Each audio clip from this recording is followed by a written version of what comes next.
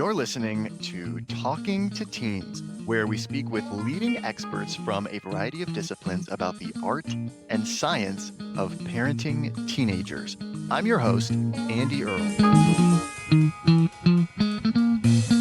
We want our kids to be excellent and successful in everything they do, but how do we push them towards excellence without overloading them with too much pressure so that they feel bad about themselves when they aren't able to perform well? How do we raise kids who will set the world on fire and do amazing things in their life, but also know that they matter regardless of what they do or what they don't do? As we help to guide our kids and point out ways that they can improve, how do we also make sure that we don't come across as being too critical? In other words, how do we raise teens who know that they're enough? Today's guest, Dr. Ellen Hendriksen, is a clinical psychologist and author of How to Be Yourself and the new book, How to Be Enough. She's talking with us today about the psychology of being hypercritical on ourselves and how we can avoid passing that on to our teenagers. Ellen, thank you so much for coming on the show today. I am delighted to be back. I had a great conversation with you last time, so I'm thrilled to be here again. Well, you have a new book coming out. It's packed with brand new research, anecdotes, and insights, and it's called How to Be Enough: Self-Acceptance for Self-Critics and Perfectionists. Congratulations on that. Can you talk a little about what inspired this? Made you think this is the topic for the next book? There are two reasons, and one of them is personal. There's a saying for self help book authors, which is write the book you need. If my first book on social anxiety, How to Be Yourself, was the book I needed 20 years ago as a college student, this is the book I need now. I wrote this for me, but also for many other people because there seems to be a silent epidemic of perfectionism happening these days. No one ever comes into the anxiety specialty center where I work and says, Ellen, I'm a perfectionist. I need everything to be perfect. Instead, they come in and say, I feel like I'm failing. I feel like I'm falling behind. I have so much on my plate and I'm not doing anything well. And I think that's because perfectionism is a little bit of a misnomer. It's not about striving to be perfect. It's about never feeling good enough. And that is something I think a lot of us can relate to. So I wrote the book for me, but also for all the folks who feel like they're never doing well enough, that they themselves are never enough. And that is really what gets to the heart of perfectionism. Wow. I think a lot of people resonate with that. I know I do.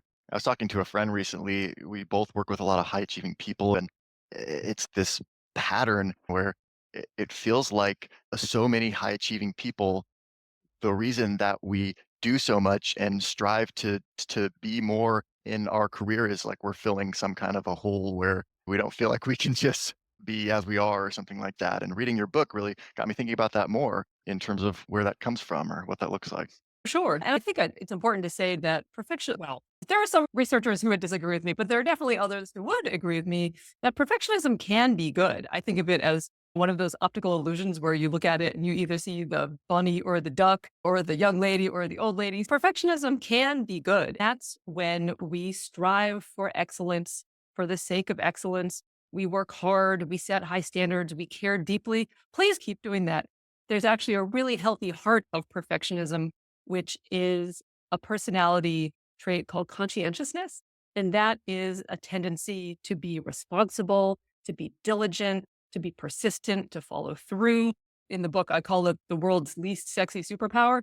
But if there's a personality trait to choose, that's the one for both objective and subjective success in life. So again, please keep doing all that you're doing. That's fantastic. Where it can tip over into unhealthy perfectionism or clinical perfectionism is when we get into something called over-evaluation. This is the work of doctors Roz Shafran, Zafra Cooper, and Christopher Fairburn when they were colleagues at Oxford University. Over-evaluation is when we start to conflate our self-worth with our performance. It's when I did good equals I am good. We base our self-image, our self-esteem on striving to meet personally demanding standards. And that's where we can start to get into trouble. We can talk a lot more about that. You have some great lines right at the beginning of the book that I thought were pretty encapsulating of what you're talking about. Privately, we may feel like we're falling behind, inadequate, left out, or not like everyone else. We get called some dubious labels: type A, intense, task oriented, driven, workaholic, neat freak. I think we often look quite successful. We look like we're hitting it out of the park. Maybe we get good grades. We're involved in a lot of activities. We're first chair violin, captain of the soccer team, but we feel like we're striking out. There might be all these signifiers of success, but there's a sense of not doing well enough, not being enough. It's interesting thinking about the teenage years and adolescence, and I just think of it as such a time of exploring different aspects of your identity and different things that might light you on fire. And there's this interesting component with perfectionism where we don't want to try things we might be bad at, or as soon as we are trying something that feels like, oh, this isn't my thing, or maybe I'm not good at it, we set that aside and say, okay, that's not my thing. I'm going to focus on this over here. You talk about this violinist in the book who is like a child prodigy, and she could just notice the look on adults' faces that says, hey, I'm really good at this. And I think we do that on so many levels as kids and teenagers, especially if we have this sensitivity to how other people are perceiving us that shapes our decisions or shapes our life towards those things where we're receiving that validation and maybe away from those things that might be really interesting to us or might really be a passion for us, and we set those aside and focus on the other ones. Absolutely. I'm really glad you brought that up. So, yeah, overvaluation, inflating our worth with our performance, it's kind of a package deal. It comes along with a bunch of other things. One of those is evaluating our performance as all or nothing. We set the bar for adequate at flawless. If we make a mistake or we screw up or we struggle because we're learning something new, and of course we're going to struggle when we're learning something new, it shunts us from all to nothing. Failing one quiz makes us a bad student, or screwing up during our hockey game shunts us from all to nothing. And then, in addition to that, we also focus on flaws and details. So we do the equivalent of zeroing in on the one frowning face in the crowd of smiles. We might notice the one, for me, I've certainly noticed the crumbs on the counter that no one else sees. The third thing that we do to make our lives harder is we criticize ourselves. One of the pillars of perfectionism is over-evaluation, but the other is self-criticism. We all criticize ourselves. And criticism is the heart of human self-regulation. But in perfectionistic self-criticism, we make it particularly harsh, all or nothing, and personalistic. So it might be, oh, I am such an idiot, or oh, that was so stupid. Or it could be rhetorical questions like, why can't I do this? Or it could be a general sense of dissatisfaction or disillusionment with ourselves and how well we're doing. So I'm glad you brought up. Her name is Trisha Park, the violinist, and yes, she was a child prodigy violinist. She still plays violin, still performs all over the world. She figured out the crux of overevaluation and perfectionism, which is contingent self worth.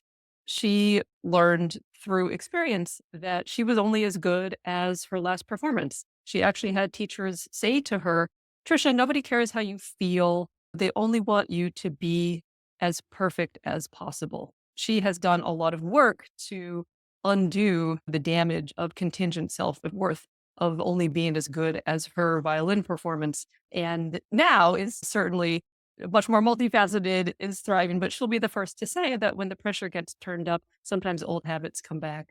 So, yeah, it can be a real challenge to be put in a perfectionistic climate, whether that's a family, a school, the highest levels of violin performance, whether that's the highest levels of, say, like women's gymnastics, because then not only can perfectionism manifest as a personality trait, but it can also manifest as a reaction to a climate that tells us we have to be better, that mistakes are not allowable, and that we'll be harshly criticized if we screw up. You talk in the book about this analysis of childhood development of perfectionism and identifying different family environments. Especially relevant is this anxious rearing model. What does that look like and how does that manifest, especially as we get into adolescence? So I jokingly say it manifests sort of as Marlin from Finding Nemo, as being a little bit overprotective, a little bit helicoptery. We can come out of any kind of family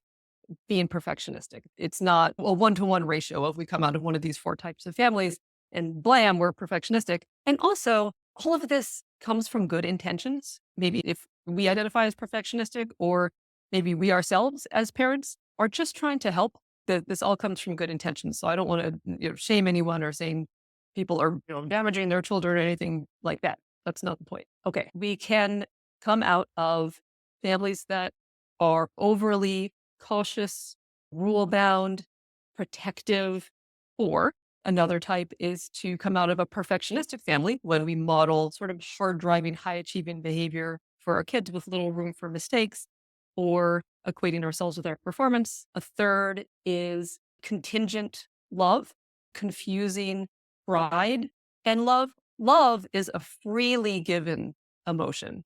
It doesn't have to be earned. Whereas pride that is contingent upon performance. We're proud of our kids when they do well. We love them no matter what. Sometimes kids need to be told that explicitly. And then the fourth type of family is a chaotic, unstable family where kids feel they have to double down on some kind of control. If I can't control mom's drinking, at least I can control my grades. If I can't control dad's temper, at least I can be bubbly and outgoing and the most popular kid in school. We've got those four types of families. But again, we can come out of any kind of family perfectionistic. So then how does that relate to detail-focused processing and, um, this way that we zoom in on little things and notice when they're not right or they're not the way that they should be? You talk a lot about the word "should" in the book, this, almost X-ray vision of noticing anything that's not, what your internal standards are for how it's supposed to be, and then being really hard on ourselves when it's not like that. Yeah, absolutely. So that processing comes from focusing on flaws and focusing on details. We're the first to notice that typo in the slide deck or when the painting on the wall is crooked. These incorrect details cause this disproportionate emotional reaction. It's just how we're wired. I really want to be careful not to say that anybody's personality or tendencies are wired incorrectly. But then I think where we can get into trouble is when we turn that focus on flaws and details into behavior and bring up that our kid got an A minus instead of an A at dinner, or criticize or point out flaws or things that could be done better. It comes across as you're doing it wrong, or I don't trust you to do this correctly, or you're not good enough. I'll tell you a story. There is a study that I found really fascinating out of Macquarie University in Australia. They recruited two groups of kids, anxious kids who were in treatment for anxiety, and the kids from the community, typical non anxious kids. And then they had them go through one of two kinds of coaching. So they either got perfectionistic coaching or non perfectionistic coaching from their moms. And then they did a 3-minute study. In minute one, the kids copied shapes from a booklet by themselves. For minute two, their moms went in and either gave them perfectionistic coaching with comments like, well, if you don't do it right, you won't get your best score. And this line could be longer or straighter or darker. Or here, let me show you how to do it. The moms were instructed to take over. In the non perfectionistic condition, the moms were coached to say things like, it's okay if you don't do it perfectly. I don't mind if you don't get your best score. I'm sure you can do it fine by yourself. They were coached to have this unbothered attitude and project confidence in their kids' ability. The two findings I thought were fascinating were that it didn't matter whether the kids were anxious or non anxious. Perfectionistic coaching made everybody react the same way. The kids who got the perfectionistic coaching freaked out and worked really slowly. They crumpled their paper and started over. They erased more than they drew. After the whole study was over, they were still sort of insecure and asked their mother, did I do it right? Was it okay? Whereas the non perfectionistic coaching kids, whether they were anxious or not anxious, just kind of drew their shapes and moved on. So that was one thing that I found that coaching was more important than the temperament. The other finding was that in the perfectionistic coaching, quality didn't actually go up at all. The performance flatlined. So all the fretting and critiquing actually didn't have an effect on quality of outcome. And I thought that together, those two findings were really, really fascinating. But when we apply that to 18 years, we can get a certain message over and over again, whether that message is, hey, you got to do this better, or the message is, I'm sure you've got this. It's so interesting because I wonder how much is dispositional versus situational and these kinds of things. Or some people are just wound a little more tight from birth, and that might contribute to feeling like, wow, we have to get everything right, or we beat ourselves up when it's wrong. But also, this style of how we coach our kids and interact with our kids got to be a big part of it because we also think about differences between boys and girls, and you see lots of stuff about anxiety in girls, so much anxiety, and I can't help but wonder how much of or do we do more of this kind of perfectionistic type of coaching to girls or expecting them to be more polished or present in a certain way and give boys more of a pass to be rough around the edges? I'm glad you brought up gender. So I can talk for adults, at least. Dr. Thomas Lynch, who specializes in a coping strategy called over control, finds that, and any gender can project these tendencies, but women tend to want to be seen as competent and nice. And men tend to want to be seen as competent. Everybody wants to be competent and strong. So that can manifest in terms of some perfection, well, some emotional perfectionism. So women might have to project more smiles or not be allowed to be angry. Men might be restricted to bravado and rage, and that's it. I don't actually know the data for younger kids, but I know there's definitely some gender differences in what we're allowed to feel and project. And that can certainly get in the way of our social connections. I like to say that perfectionism is certainly a personal problem, but it's also an interpersonal problem. And then the other thing I'll say, sorry, I'm doing your question backwards, but in terms of does this come from within or our families? The answer is all of the above. There is some research showing that perfectionism itself, even though it's not a disorder per se, it's more of a personality trait, is genetic. And we definitely know that the disorders that perfectionism lies at the heart of, like social anxiety, OCD, eating disorders, depression, those are definitely genetics. This is beyond the cutting edge of science right now, but that's what's beginning to emerge. So it can come from within in terms of our DNA. It can come from how we were raised and the family microculture. And it can also come from the culture all around us.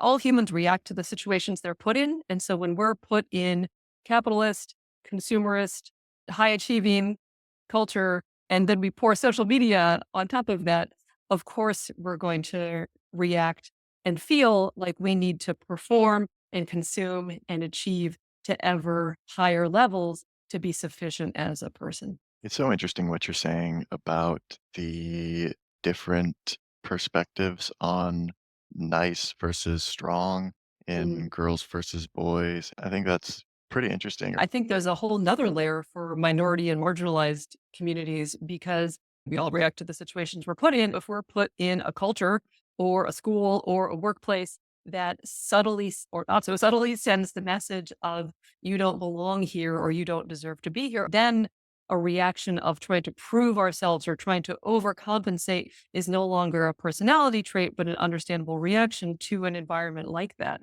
And there's some really interesting work I talk about in the book by Dr. Gary Mitchell out of Duke, who studies teenagers in college prep programs that are designed to launch promising Black and Brown students into impressive career trajectories. And he has found that there can be sort of institutionalized perfectionism where the academic and behavior standards for the college prep kids are notably higher than the academic and behavior standards for, say, legacy kids or donor kids. And so it can actually be institutionalized, this notion of you have to be twice as good to get half as far. Then translates to a feeling in ourselves that we're somehow only half as worthy as someone who's white or someone from a more privileged background. Yeah, it's a natural, understandable reaction to being put in a racist or sexist or homophobic society. So it absolutely becomes a coping mechanism, which makes sense. Wow. On that note, we are coming to the end of our time here, Ellen. This has been fabulous. We covered so much, and there's so much more in this book. We didn't even get to scratch the surface of emotions, perfectionism, and some really interesting things you have in here, like switching from the head to the heart and comparing apples to apples versus apples to tennis balls. There is a lot that we didn't even get to. So I will highly encourage people to check out a copy of How to Be Enough. Thank you. You ask great questions. Thank you so much for coming on the show today and speaking with us about your work. Congratulations on your new book. What can we tell people about where to find out more about you, to follow updates from you and your work? Sure. I have an eponymous website. It is ellenhendrickson.com. You can buy How to Be Enough, Self-Acceptance for Self-Critics and Perfectionists, and anywhere you get books. I also have another book about social anxiety called How to Be Yourself, Quiet Your Inner Critic and Rise Above Social Anxiety. The place where I post most often is Substack. You can look for my newsletter called How to Be Good to Yourself When You're Hard on Yourself. Excellent. We're here today with Dr. Ellen Hendriksen talking about how to raise teenagers who know that they are enough. And we're not done yet. Here's a look at what's coming up in the second half of the show.